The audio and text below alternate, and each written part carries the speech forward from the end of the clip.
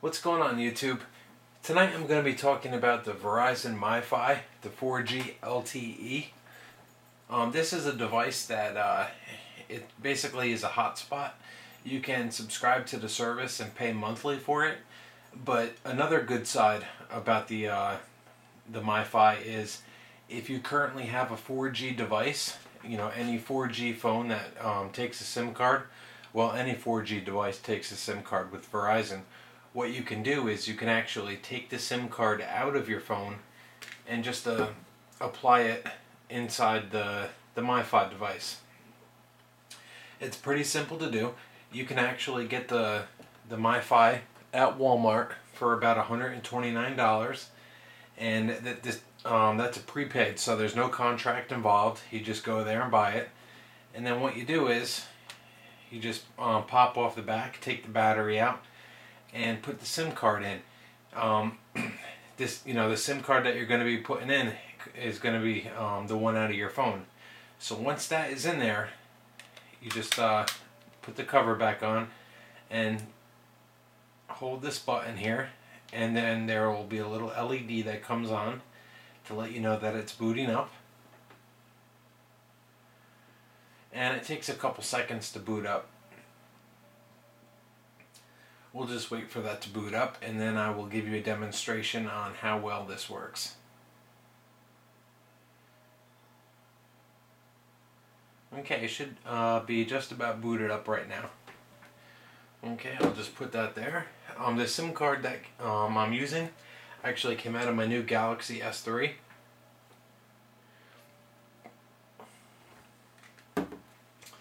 We'll be testing this on the iPad mini. I'm going to go to the settings, go to Wi-Fi. Let me zoom in a little bit for you.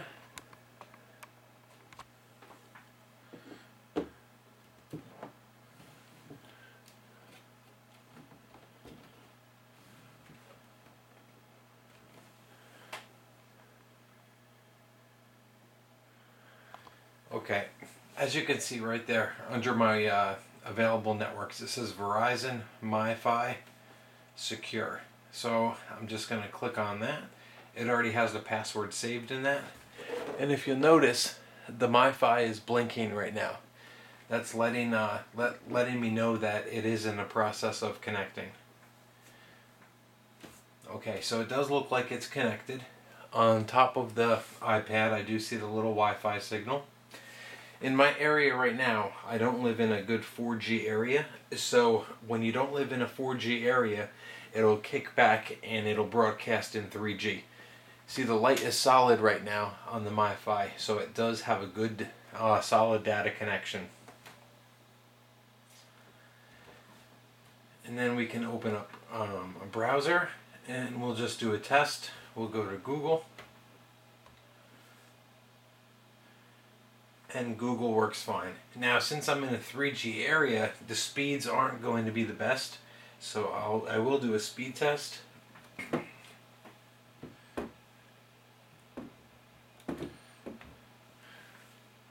not sure if you can see that.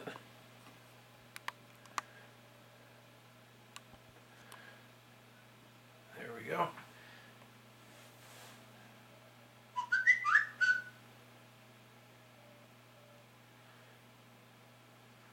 Now keep in mind, this is 3G, so the speed is nowhere near what it would be if it was 4G.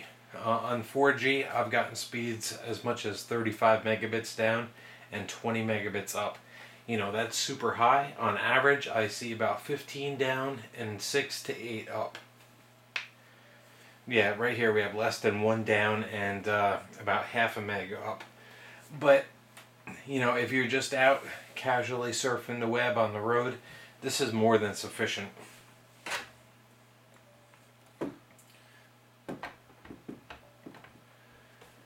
The good thing about this is it's you don't need a contract to buy it. You just go to Walmart, pick it up, and the great thing, with my situation is I'm on a grandfathered unlimited plan where back in the day, I signed up for unlimited data for $29.99, and that was unlimited. And since I'm grandfathered in, that'll never change, as long as I don't change my plan. So, as long as I keep paying my bill, I'll always have the unlimited data for $29.99, which is great because I do have numerous phones, and I don't mind dedicating one SIM card to utilize the MiFi. It's great when I go on trips. It's just overall, it's a great device. I can connect up to 5 devices at once. And some of you will probably be saying, "Well, I can do the tethering through my phone." You can, but I have noticed that the overall connection and speed is better through the MiFi device. I don't know why. Maybe because the phone, the memory is being utilized by different apps, as like the MiFi. The sole purpose of it is to output that signal, and it does a great job. Never drops connection. It does a very, very well job. The battery life on it is good. If I'm in a constant 4G area, I can see up to about 12 hours of constant use with it. If I'm in a 3G area, I can see upwards of 15 to 16 hours before needing a recharge. To charge it, it does take the micro USB port, which you can see right here. And that's about it. It has a regular power button to turn it off. You just hold that down, give it a couple seconds, and it shuts down.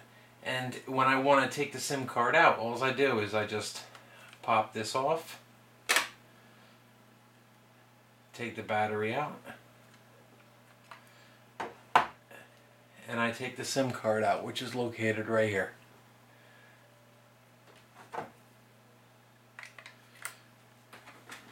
This is one of the best devices I've got because I'm on the road a lot, and just to keep it in my pocket. And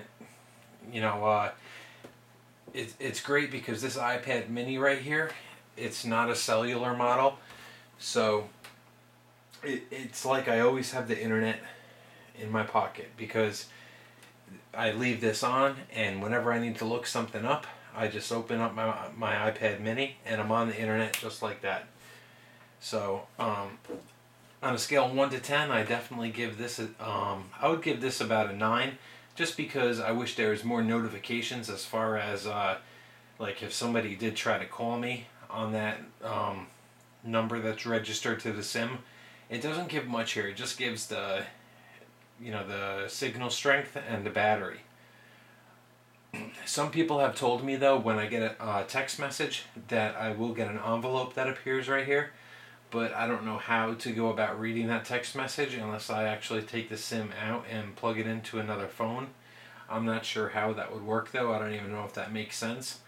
But they do make other MiFi models, ones that do have more options.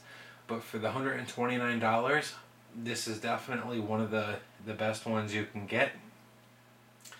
And like I said, you don't have to sign a contract to get this.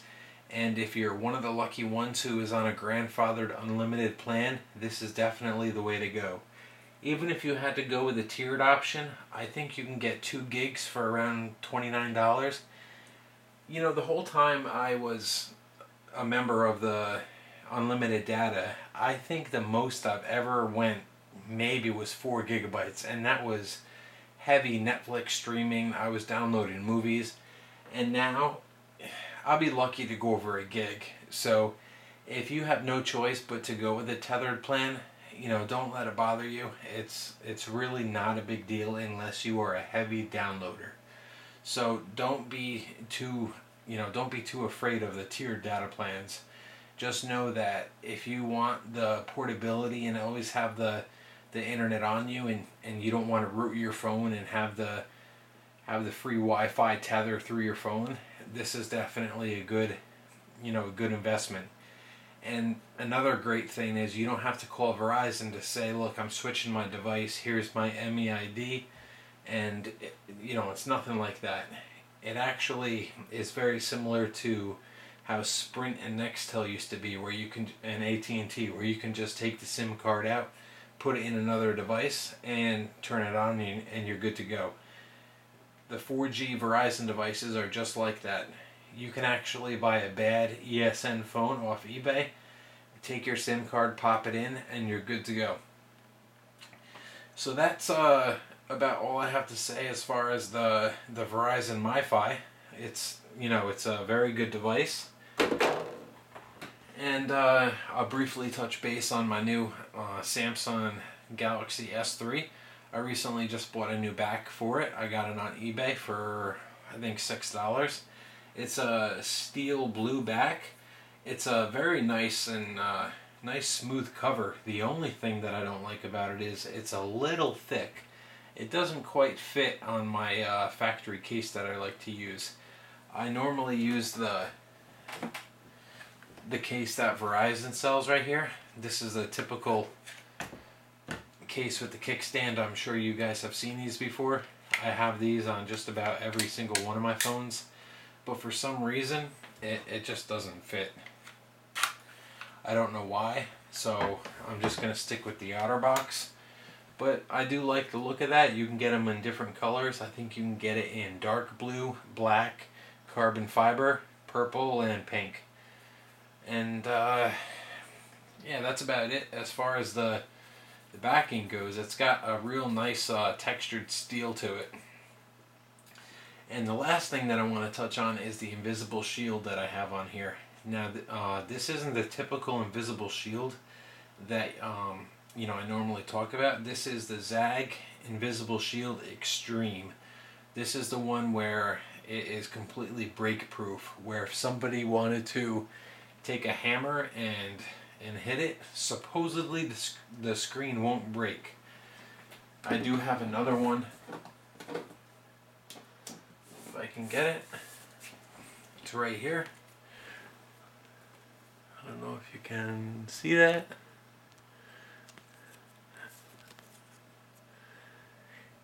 It's the Xtreme version of the invisible shield. It's significantly thicker than the other versions of the invisible shield.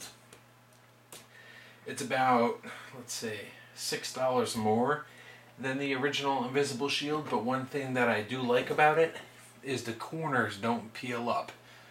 You know, a lot of times with the invisible shields, after a few months you'll notice that one of the corners is starting to lift up and it's hard to push back down. Eventually it just comes back up.